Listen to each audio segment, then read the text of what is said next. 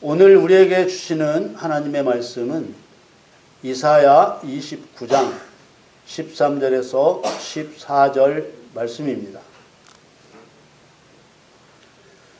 주께서 가라사대 이 백성이 입으로는 나를 가까이하며 입술로는 나를 존경하나 그 마음은 내게서 멀리 떠났나니 그들이 나를 경유함은 사람의 계명으로 가르침을 받았을 뿐이라. 그러므로 내가 이 백성 중에 기이한 일, 곧 기이하고 가장 기이한 일을 다시 행하리니 그들 중에 지혜자의 지혜가 없어지고 명철자의 총명이 가리워지리라. 아멘. 2025년 1월 19일 주일 예배 저와 여러분에게 주시는 하나님의 말씀은 이사야 29장 13절 14절 말씀으로 사람의 계명으로 가르치는 것을 경계하고 거부하라, 이러한 주제로 말씀을 증거하겠습니다. 사랑하는 성도 여러분, 우리는 성경이 사람의 목적을 위해 기록된 것이 아니라 하나님의 목적을 이루기 위해 기록되었다는 것을 인정해야 합니다. 지난 수요 설교에서도 말씀을 드렸지만 하나님의 말씀은 하나님의 생각에서 나온 것입니다. 창세전 하나님이 홀로 계실 때 계획을 생각하셨고 그 생각을 말씀하셨고 그 말씀을 기록한 것이 성경입니다. 사람을 창조하기 전에 사람도 없었을 때 사람을 위해 세상을 창조해야겠다고 생각하신 것이 아니라 하나님 자신을 위해 내 곁에 나를 사랑하는 사람을 두어야겠다고 생각하신 것입니다. 하나님은 존재하시는데 그 어떤 것도 필요한 분이 아닙니다. 그러는 중에 사람을 창조하여 사람 중에서 자신을 사랑하는 사람을 곁에 두어야겠다고 생각하신 것입니다. 이것은 오롯이 하나님 자신을 위한 것입니다. 우리가 분명하게 알아야 하는 것은 이 세상을 사람을 위해 창조하신 것이 아니라 하나님 자신의 목적을 위해 창조하셨다는 사실입니다. 이것은 바른 신앙생활을 위해 절대로 필요한 지식입니다. 이 세상을 사람을 위해 창조하셨다고 생각하는 순간 올바른 신앙생활은 불가능해집니다. 창세기 1장 1절에 태초에 하나님이 천지를 창조하시니라. 이 말씀은 하나님이 일을 시작하시려고 천지를 창조하신 전능하신 신이심을 선언한 것입니다. 그런데 여러분, 이 말씀을 볼 때 이 말씀의 의미가 어떤 방향으로 이해가 됩니까?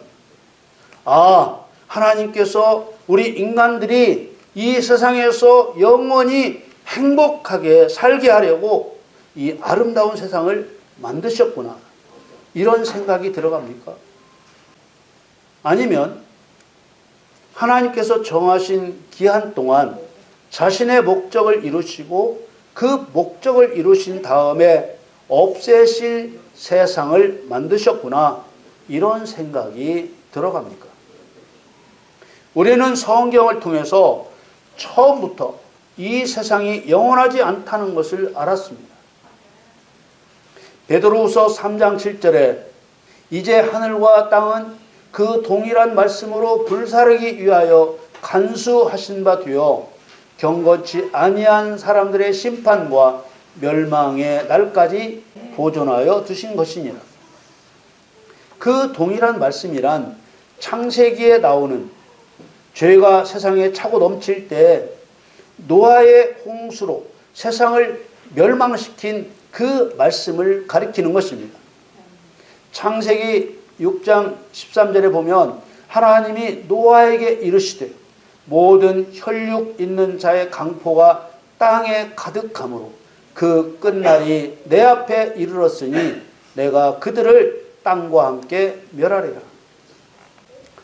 베드로 후서 3장에 이어지는 말씀을 보면 세상 끝에는 노아가 살던 시대에 홍수를 땅에 일으켜 생명의 호흡이 있는 육체를 하늘 아래에서 멸절했던 것과는 달리 뜨거운 불로써 땅이 모두 없어지는 심판이 이른다고 했습니다. 베드로후서 3장 10절 말씀에 그러나 주의 날이 도적같이 오리니 그 날에는 하늘이 큰 소리로 떠나가고 체질이 뜨거운 불에 풀어지고 땅과 그 중에 있는 모든 일이 드러나리로다. 이 세상은 하나님께서 계획하실 때부터 정하신 기간 동안 하나님의 목적을 이루시고 없애시기로 계획하신 것입니다. 그래서 성경은 오히려 예수님이 세상을 마감하려고 다시 오신다고 하신 그날을 간절히 사모하라고 했습니다. 베드로후서 3장 12절 13절 말씀에 보면 하나님의 날이 임하기를 바라보고 간절히 사모하라. 그날에 하늘이 불에 타서 풀어지고 체질이 뜨거운 불에 녹아지려니와 우리는 그의 약속대로 의에 거하는 바 새하늘과 새 땅을 바라보도다. 이 말씀에 증거된 대로 주님이 다시 오시는 그날에는 하늘이 큰 소리를 내면서 사라지고 모든 물질이 뜨거운 불에 녹아 풀어지는 것입니다. 세상이 완전히 없어진다는 뜻입니다. 이렇게 하나님이 친히 창조하신 세상이 없어진다는 것은 하나님이 세상의 끝을 미리 정하셨다는 뜻이고 하나님이 세상을 폐지하신다는 뜻입니다. 세상이 끝이 있다는 것은 요한계시록에도 증거되어 있습니다. 요한계시록 21장 1절에 또 내가 새 하늘과 새 땅을 보니 처음 하늘과 처음 땅이 없어졌고 바다도 다시 있지 않더라. 그러므로 창세기 1장 1절의 천지창조 증거는 우리 인간들을 이 세상에서 영원히 행복하게 살게 하려고 만드신 것이 아니라 하나님의 목적을 이루실 장소로 만드셨음을 증거한 것입니다.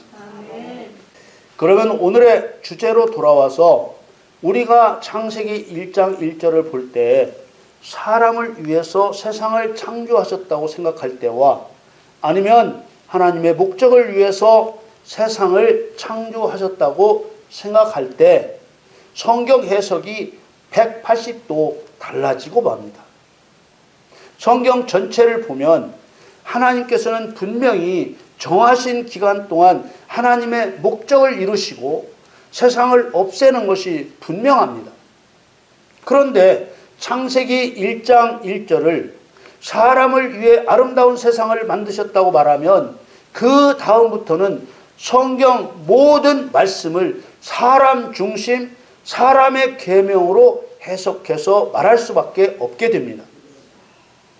어떻게 말하는 것을 사람의 계명으로 교훈을 삼아 성도를 가르치는 것이라 하는 것일까요?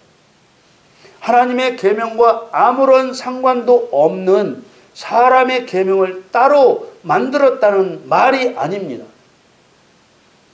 하나님 계명의 의미에 살을 붙이거나 빼거나 해서 하나님 계명의 의미를 변질시킨 것이 사람의 계명입니다.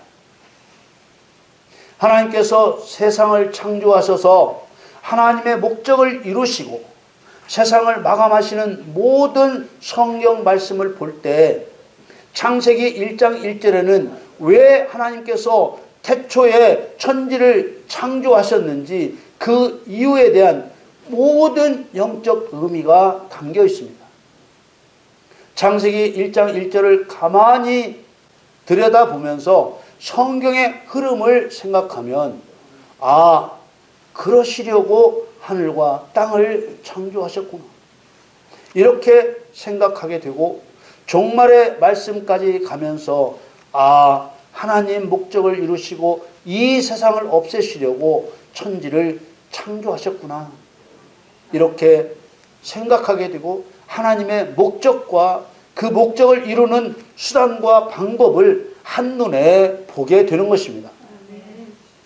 그런데 만일 하나님께서 우리 인간들이 이 세상에서 영원히 행복하게 살게 하려고 이 아름다운 세상을 만드셨다고 해석하게 되면 결코 성경을 바르게 해석할 수 없는 것입니다. 이 창세기 1장 1절을 하나님께서 우리 인간들이 이 세상에서 영원히 행복하게 살게 하려고 이 아름다운 세상을 만드셨다고 잘못 말하는 것이 하나님의 계명으로 사람의 계명을 만들어 가르치는 시작입니다.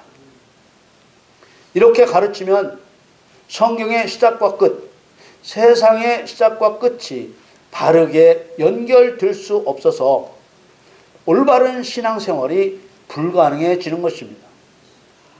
창세기 1장에는 보시기에 좋았더라, 심히 보시기에 좋았더라는 말씀이 7번 나오는데 이 말씀의 뜻도 하나님의 목적을 이루시기에 합당하게 창조되었다는 뜻입니다. 말이 됩니까? 우리 인간들이 이 세상에서 영원히 행복하게 살게 하려고 이 아름다운 세상을 만드셨기에 보시기에 심히 좋았더라고 하셨다면 주의 날이 도적같이 오는 그날에 세상을 불로 없애신다는 말씀과 맞지 않는 것입니다.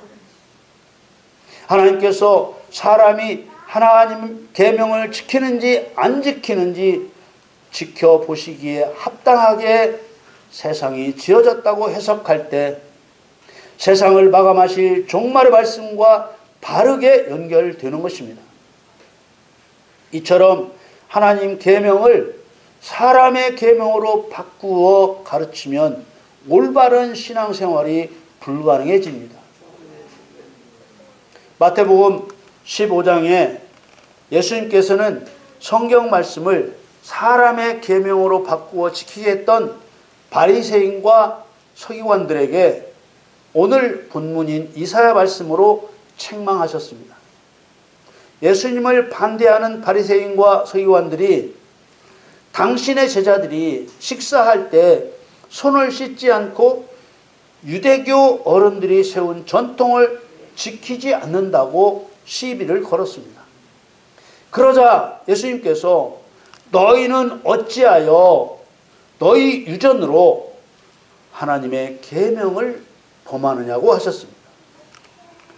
바리새인은 정결케 하라는 하나님 계명으로 손 씻고 먹으라는 사람의 계명을 만든 것입니다. 그러면서 예수님은 내 부모를 공경하라 하시고 또 아비나 어미를 회방하는 자는 반드시 죽으리라는 하나님의 계명을 유전이라 하는 사람의 계명으로 바꾸어서 사람들을 가르친다고도 하셨습니다. 바리새인은 이 하나님 계명을 어떻게 바꾸었는가 하면 부모에게 말하기를 내가 부모님께 드릴 것을 하나님께 드렸으니 그 부모를 공경할 것이 없다, 이렇게 바꾸었습니다.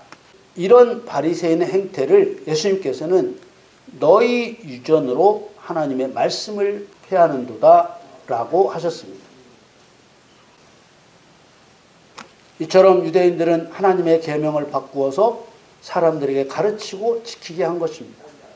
이것을 일컬어 사람의 계명으로 교훈을 삼아 가르친다라고 한 것입니다. 사람의 계명이라 하니까 하나님 말씀과 아무 상관없는 계명을 새롭게 만들었다는 것이 아니라 하나님 계명에다가 의미를 더하거나 빼거나 다른 의미로 바꾼 것을 사람의 계명이라고 한 것입니다.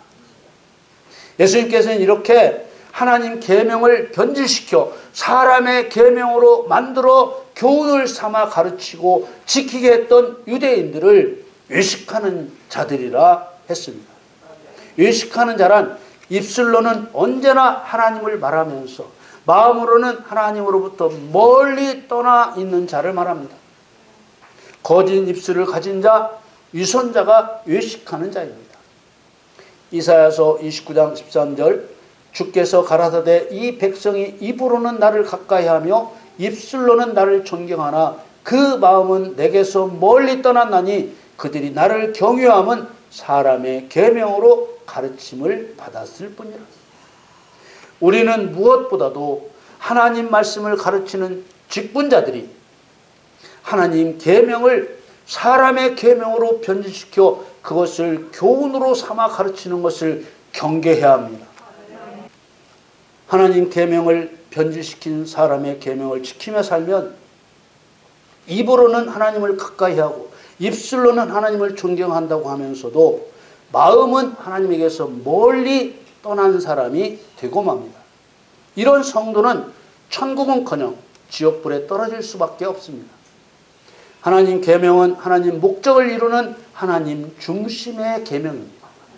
그러나 변질된 사람의 계명은 필연코 사람을 유익하게 하는 사람 중심의 계명이 되고 맙니다.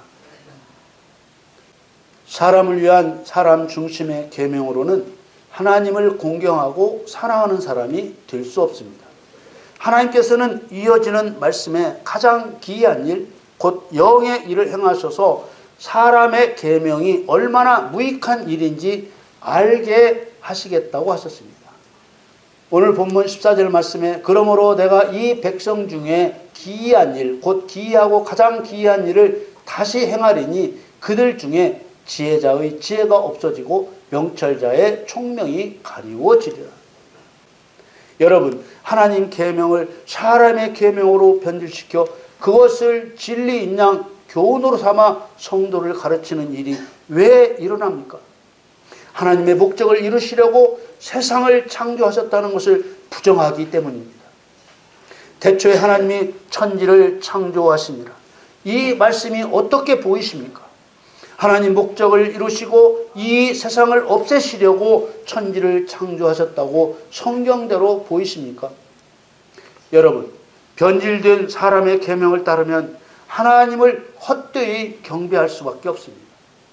여러분 모두 하나님 중심이 아닌 사람 중심으로 변질된 가르침을 경계하고 거부하여 하나님 계명을 지켜 행하는 참된 성도로 승리하시기를 예수님의 이름으로 축원합니다.